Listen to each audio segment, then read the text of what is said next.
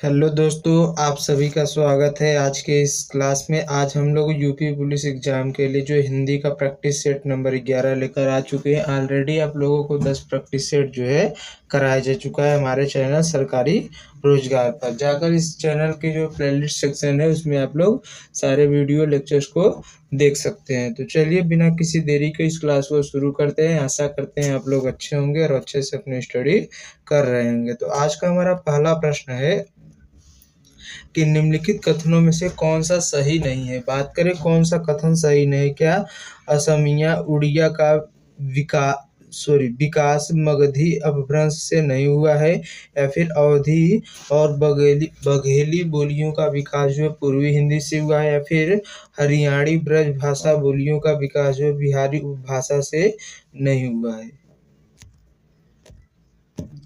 या फिर अगला पॉइंट है कि पूर्वी हिंदी का विकास जो है अर्ध मागधी अपभ्रंश से हुआ है। तो कौन सा इसमें जो कथन है वो सही नहीं है। तो बात करें जो है असमिया उड़िया का विकास जो है मागधी अपभ्रंश से नहीं हुआ, यह कथन जो है यह गलत है। कि यानी कि जो असमिया और उड़िया है इनका विकास जो है मागधी अपभ्रंश से ही हुआ है। इसी के साथ अगले प्रश्न में बढ़ते हैं। तो अगला प्रश्न हमारा है कि निम्नलिखित में से उच्चारण की दृष्टि से असंगत युग्म कौन सा है। उच्चारण की दृष्टि से कन्न दंत से होता है, घ का कंठ से बात करें यह मूर्धन्य है, या फिर ब ओष्ठ है। कौन सा जो है युग्म जो है असंगत है। तो यह का जो है मूर्धन्य से उच्चारण स्थान नहीं है। इसी के साथ अगले प्रश्न में बढ़ते हैं। एक सेकेंड। अगला प्रश्न हमारा है कि विराम चिन्ह की दृष्टि से कौन सा वाक्य जो है अशुद्ध है। तो विराम चिन्ह की दृष्टि से बात करें तो क्या नहीं, कल मैं तुम्हारे घर नहीं आ सकूंगा, या फिर मैं क्या कहता हूँ। या अगला हमारा है कि महक, रागिनी, श्वेता आदि भी आई हैं, या फिर उसने पूछा तुम कहाँ थे। इसमें से कौन सा जो है विराम चिन्ह की दृष्टि से अशुद्ध है। तो अशुद्ध वाक्य की बात करें तो नहीं, कल मैं तुम्हारे घर नहीं आऊंगा, ये जो है ये अशुद्ध वाक्य है। इसी के साथ अगले प्रश्न में बढ़ते हैं। तो अगला प्रश्न हमारा है कि निम्नलिखित शब्दों में से वर्तनी की दृष्टि से कौन सा शुद्ध है। वर्तनी की दृष्टि से शुद्ध क्या शुद्धिकरण है, हिरण्यकश्यपु है, या फिर लब्ध प्रतिष्ठ है, या फिर स्थायित्व है। तो कौन सा जो है वर्तनी की दृष्टि से शुद्ध शब्द है। वर्तनी की दृष्टि से शुद्ध शब्द की बात करें तो शुद्धिकरण जो है वर्तनी की दृष्टि से शुद्ध है, बाकी सभी अशुद्ध है। इसी के साथ अगले प्रश्न में बढ़ते हैं। तो अगला प्रश्न हमारा है कि निम्नलिखित में से कौन सा भाववाचक संज्ञा जो है क्रिया से नहीं बना है। क्या पढ़ाई और पढ़ना जो है नहीं बना है, लड़ाई लड़ना से नहीं बना, या फिर भलाई भला से नहीं बना, या फिर कमाई कमाना से नहीं बना। तो कौन सा भाववाचक संज्ञा जो है वो क्रिया से नहीं बना है। तो बात करें भला जो है वो भलाई जिससे बना है, ये किससे नहीं दिया, क्रिया से भाववाचक संज्ञा नहीं बना है। भला क्या होता है, एक प्रकार का जो है या क्या है, तो यह व्यक्तिवाचक संज्ञा है, यानी विशेषण है। क्या है, भला एक विशेषण है, उससे भलाई बना हुआ है। इसी के साथ अगले प्रश्न में बढ़ते हैं। तो अगला प्रश्न हमारा है कि कौन सा जो है सर्वनाम का गुणवाचक शब्द जो है चिन्हित कीजिए। तो जो है कौन है जो है ये सर्वनाम का कौन सा जो है वह सर्वनाम का भेद है। कितने हैं, कैसा है, कितने, कैसा, कितना और किसे, किस। कौन सर्वनाम का गुणवाचक शब्द है। इसमें से कौन सा चारों में से गुणवाचक सर्वनाम का भेद है। तो गुणवाचक सर्वनाम की बात करें तो गुणवाचक सर्वनाम जो है वो कैसा से जो हो पता होगा कि कैसा है, तो एक इसमें कौन सा सर्वनाम हो जाएगा, गुणवाचक सर्वनाम हो जाएगा। इसी के साथ अगले प्रश्न में बढ़ते हैं। तो अगला प्रश्न हमारा है कि पर्वती जो है कौन सा विशेषण है। पर्वती की बात करें इसमें विशेषण कौन सा है, क्या गुणवाचक विशेषण है, संख्यावाचक विशेषण है, परिणामवाचक, या फिर सार्वनामिक विशेषण। तो पर्वती की बात की जाए तो इसमें कौन सा विशेषण है, तो इसमें गुणवाचक विशेषण है। इसी के साथ अगले प्रश्न में बढ़ते हैं। अगला प्रश्न हमारा है कि निम्न इनमें से जो है विधेय विशेषण का उदाहरण कौन सा है? विधेय विशेषण का जो है उदाहरण क्या मेरा लड़का आलसी है, या फिर मेरा घोड़ा काला, या फिर संसार मिथ्या प्रतीत होता है, या फिर उपरोक्त सभी विकल्प हैं। तो जो है विधेय विशेषण का उदाहरण इनमें से कौन सा है? तो विधेय विशेषण का उदाहरण उपरोक्त सभी है। ये तीनों वाक्य जो है विधेय विशेषण के उदाहरण हैं। इसी के साथ अगले प्रश्न बढ़ते हैं। अगला प्रश्न हमारा है, यदि उजाड़ना अकर्मक क्रिया है तो सकर्मक क्या होगी? उजाड़ना जो है एक अकर्मक क्रिया है, तो इसकी सकर्मक क्रिया क्या होगी? क्या उजाड़वाना होगा, या फिर उजाड़ देना होगा, या फिर उजाड़ना होगा, या फिर उजाड़ होगा? तो सकर्मक क्रिया जो है उजड़ना का जो है सकर्मक क्रिया आपको बताना है। तो इसका सकर्मक क्रिया की बात की जाए तो इसका सकर्मक क्रिया उजाड़ना हो जाएगा। इसी के साथ अगले प्रश्न में बढ़ते हैं। तो अगला प्रश्न हमारा है कि मेरा बेटा हजारों में एक है, वाक्य में हजारों क्या है? तो क्या संज्ञा है, विशेषण है, क्रिया विशेषण या फिर अव्यय है? तो बात करें हजारों जो है एक प्रकार का क्या है? एक प्रकार का विशेषण, यानी हजारों क्या है? बेटा क्या है? हजारों में एक है, यानी किसी में जो है किसी के साथ तुलना किया गया, तो यहाँ पर क्या है? विशेषण है। इसी के साथ अगले प्रश्न में बढ़ते हैं। अगला प्रश्न हमारा है कि स्त्रीलिंग परिवर्तन का सही रूप चिन्हित कीजिए। तो स्त्रीलिंग परिवर्तन में क्या कवित्री का जो है सामग्री हो जाएगा, कवित्री, सामग्री, नेत्री और विधवा हो जाएगा। स्त्रीलिंग परिवर्तन का सही रूप आपको बताना है। कवित्री और सुमाग्री हो जाएगा, या फिर कवित्री, नेत्रा और विधवा हो जाएगा। तो इनमें से कौन सा जो है वो केवल स्त्रीलिंग रूप में है? तो बात करें स्त्रीलिंग रूप में तो कवित्री, सामग्री, नेत्री और विधवा ऑप्शन नंबर 20 का राइट हो जाएगा। इसी के साथ अगले प्रश्न में बढ़ते हैं। अगला प्रश्न हमारा है कि वचन की दृष्टि से असंगत युग्म कौन से है? वचन की दृष्टि से बात करें तो क्या सर्दी का सर्दियां हो जाएगा, बहन का बहने हो जाएगा, गुब्बारा का गुब्बारे हो जाएगा, झाड़ी का झाड़ियां हो जाएगा। तो इनमें वचन की दृष्टि से असंगत युग्म आपको बताना है। तो असंगत युग्म आपका झाड़ी का झाड़ियां हो जाता है, जिसका क्या होगा? झाड़ियों होगा, जबकि झाड़ियां नहीं होगा। ऑप्शन नंबर डी इसका राइट हो जाएगा। इसी के साथ अगले प्रश्न में बढ़ते हैं। अगला प्रश्न हमारा है कि निम्नलिखित वाक्यों में जो है पूर्व वर्तमान काल स्पष्ट करें। पूर्व वर्तमान काल में कौन सा है? आपको उसको स्पष्ट करना, आपको बताना है कि कौन सा वाक्य जो है पूर्व वर्तमान काल का स्पष्ट उदाहरण है। क्या अब हमारे पढ़ने का समय हो गया, या फिर वह घूमने जा रही, या फिर वह पढ़ रहा था, या फिर मैं बाहर जाऊंगी? इसमें कौन सा जो है पूर्व वर्तमान काल का उदाहरण है? तो पूर्व वर्तमान काल की बात करें तो मैं जो है हम अब हमारे पढ़ने का समय हो गया है। जब किसी कार्य के हो गए हो और प्रेजेंट में हो वर्तमान में हो तो वो क्या होता है? पूर्व वर्तमान काल में होता है। ऑप्शन नंबर ए इसका राइट हो जाएगा। इसी के साथ अगले प्रश्न में बढ़ते हैं। तो अगला प्रश्न हमारा है कि यह ताले की चाबी है, रेखांकित में जो है कौन सा कारक है? इस वाक्य में है कारक आपको बताना है। क्या संप्रदान कारक है, अपादान है, करण है, या फिर कर्ता कारक है?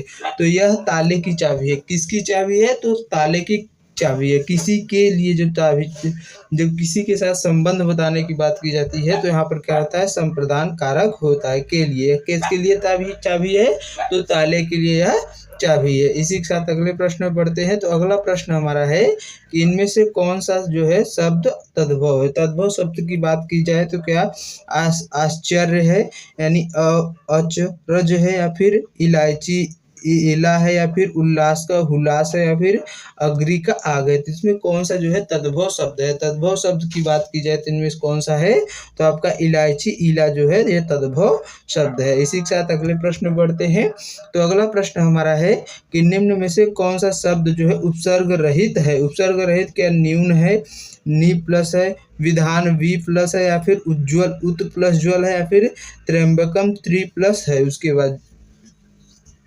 तो इसमें से उपसर्ग रहित आपका जो है शब्द बताना है। तो उपसर्ग रहित शब्द की बात की जाए तो इसमें से कौन सा? त्र्यंबकम जो है, त्रि प्लस अम्बकम जो है यह उपसर्ग रहित शब्द है। इसी के साथ अगले प्रश्न में बढ़ते हैं। तो अगला प्रश्न हमारा है कि निम्न में से सही विलोम युग्म जो है कौन सा नहीं है? तो सही विलोम युग्म कौन सा नहीं है?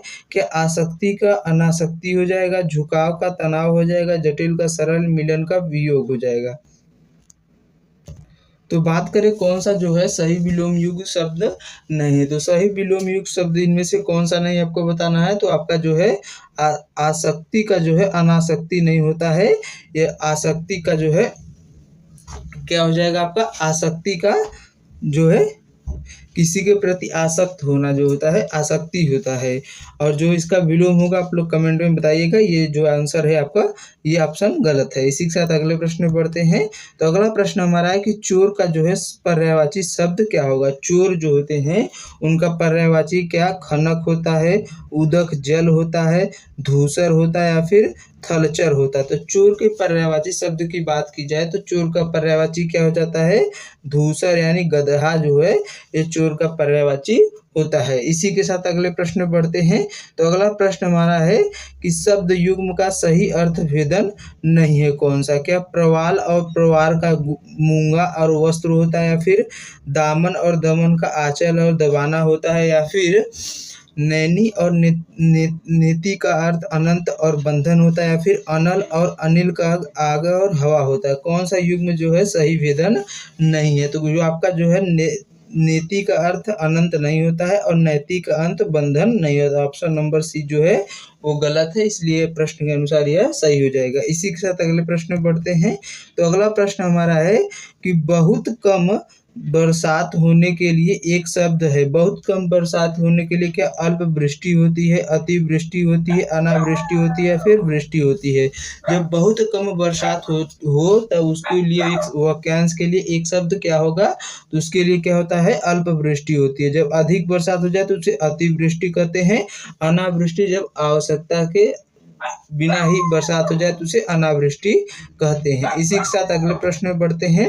तो अगला प्रश्न हमारा है कि अनविच्छा का सही संधि विच्छेद जो है या जो है क्या होगा। क्या अन प्लस दीक्षा होगा, या सॉरी अन प्लस विच्छा होगा, अन प्लस विच्छा होगा, अन प्लस विच्छा होगा, या फिर अनु प्लस इच्छा होगा, या फिर अनु प्लस इच्छा होगा। तो जो अनविच्छा है इसका सही संधि विच्छेद आपको बताना था। अनविच्छा का सही संधि विच्छेद क्या हो जाएगा, तो क्या हो जाएगा अनु प्लस इच्छा जो हो जाएगा इसका सही संधि विच्छेद हो जाएगा। इसी के साथ अगले प्रश्न में बढ़ते हैं।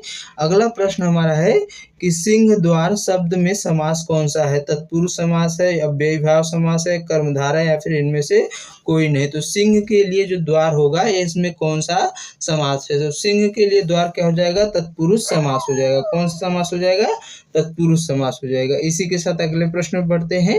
अगला प्रश्न हमारा है कि निम्नलिखित वाक्यों में से सरल वाक्य ज्ञात कीजिए। सरल वाक्य की बात की जाए तो क्या जब सुमिता ने पानी पिया तब वह चली गई, या फिर सुमिता पानी पीकर चली गई, या फिर सुमिता ने पानी पिया और चली गई, या फिर जैसे ही सुमिता ने पानी पिया वह चली गई। इसमें से कौन सा सरल वाक्य है। तो आपको सरल वाक्य बताना है तो कौन सा होगा सुमिता पानी पीकर चली गई। ऑप्शन नंबर 20 का राइट हो जाएगा। इसी के साथ अगले प्रश्न में बढ़ते हैं।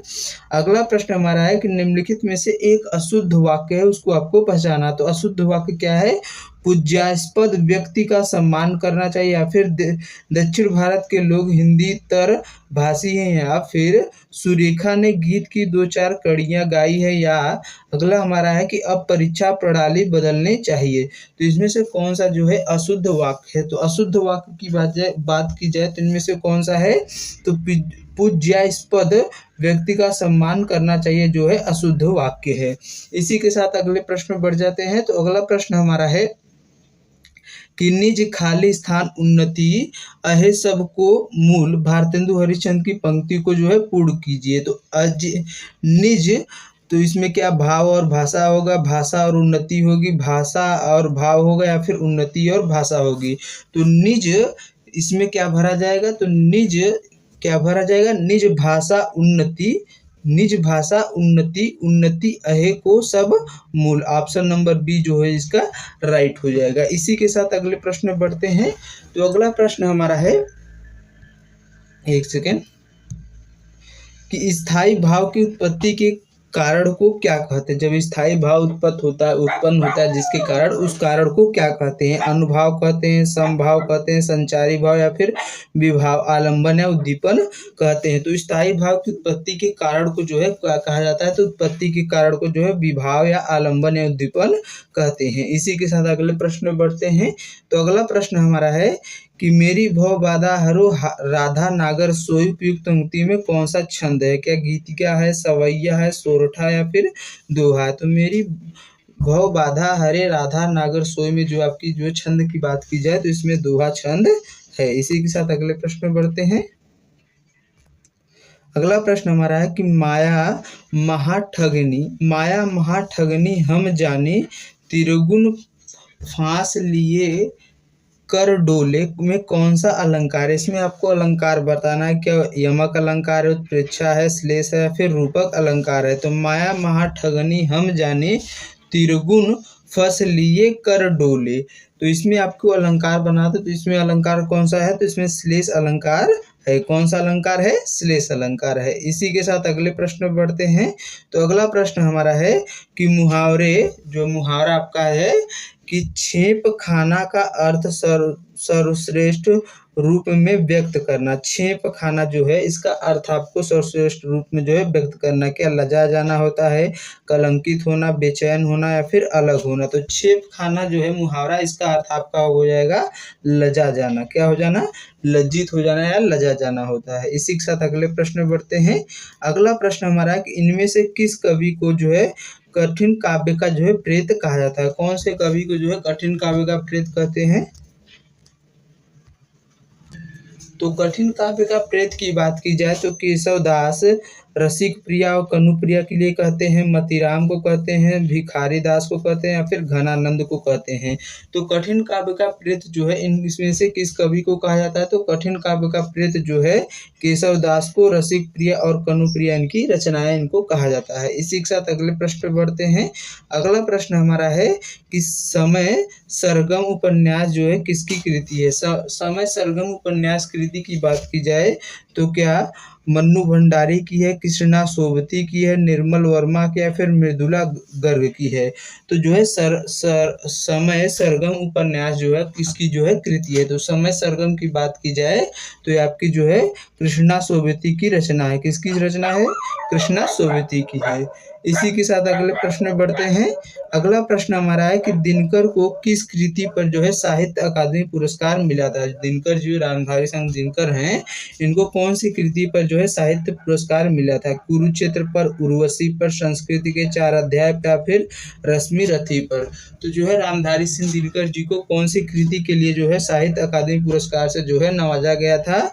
तो संस्कृति के 4 अध्याय के लिए इनको जो है कौन से पुरस्कार से? तो साहित्य अकादमी पुरस्कार से दिया गया था। इसी के साथ अगले प्रश्न में बढ़ते हैं। अगला प्रश्न हमारा जो गद्यांश पर आधारित है, तो पहले हम गद्यांश को पढ़ते हैं। हर एक राष्ट्र अपनी संस्कृति पर जो है बल पर ही प्रगति करता है। सांस्कृतिक धरोहर के माध्यम से ही वह अपने जीवन सुखी, उपयोगी, शांत तथा आनंदमय बना सकता है। सभ्यता एवं संस्कृति में जो है घनिष्ठ क्या होते हैं? संबंध होते हुए भी अंतर है। जीवन के श्रेष्ठ तथा उन्नत बनाने की साधनाओं का नाम संस्कृति है, जो उन साधनाओं से प्राप्त जीवन प्रणाली का नाम सभ्यता है। किसी राष्ट्र की भौगोलिक परिस्थिति भी उसकी संस्कृति पर जो है प्रभाव डालती है। इस गद्यांश पर आपके जो है अगले 5 प्रश्न होने वाले हैं। तो हम पहले प्रश्न की तरफ गद्यांश के बढ़ते हैं। तो उपयुक्त गद्यांश के लिए सही शीर्षक आपका बताना है। तो क्या राष्ट्र के विकास में संस्कृति का योगदान होगा, या फिर राष्ट्र के विकास में सभ्यता का योगदान, राष्ट्र के विकास में प्रकृति का योगदान, या फिर राष्ट्र के विकास में परिस्थिति का योगदान? तो इस जो उपयुक्त आपने जो अभी गद्यांश पढ़ा है, इस गद्यांश का आपको उपयुक्त शीर्षक बताना है। तो इसका शीर्षक क्या हो जाएगा?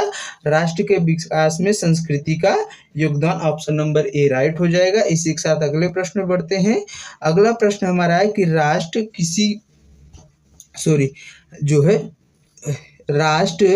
किसके जो है प्रगति पर बल पर प्रगति करता है। जो राष्ट्र है किसके बल पर प्रगति करता है, तो क्या साहित्य के बल पर प्रगति करता है, संस्कृति के बल पर प्रगति करता है, तो किसके बल पर प्रगति करता है राष्ट्र, तो आपको बताना है। तो राष्ट्र की बात की जाए तो यह किसके बल पे प्रगति करता है, तो राष्ट्र की बात की जाए तो आपको किसके बल पे प्रगति करता है आपको बताना है। फिर 35वां प्रश्न है कि गद्यांश के किस शब्द का प्रयोग नहीं किया गया है, संस्कृति का, सभ्यता का, प्रकृति का या फिर परिस्थिति का।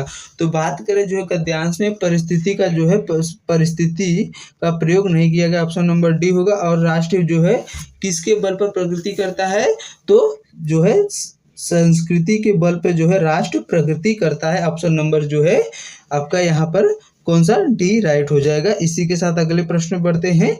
तो अगला प्रश्न हमारा है, एक सेकेंड, कि प्रत्येक राष्ट्र की संस्कृति वहाँ की किस स्थिति पर निर्भर करती है। जो प्रत्येक राष्ट्र है उसकी संस्कृति वहाँ की किस पर निर्भर करती है, भौगोलिक परिस्थिति पर, औद्योगिक परिस्थिति पर, कलात्मक परिस्थितियों पर, या फिर उपयुक्त में से कोई नहीं। तो प्रत्येक राष्ट्र की जो संस्कृति है वहाँ की किस पर निर्भर करती है, तो भौगोलिक परिस्थितियों पर जो है वह निर्भर करती है। इसी के साथ अगले प्रश्न बढ़ते हैं।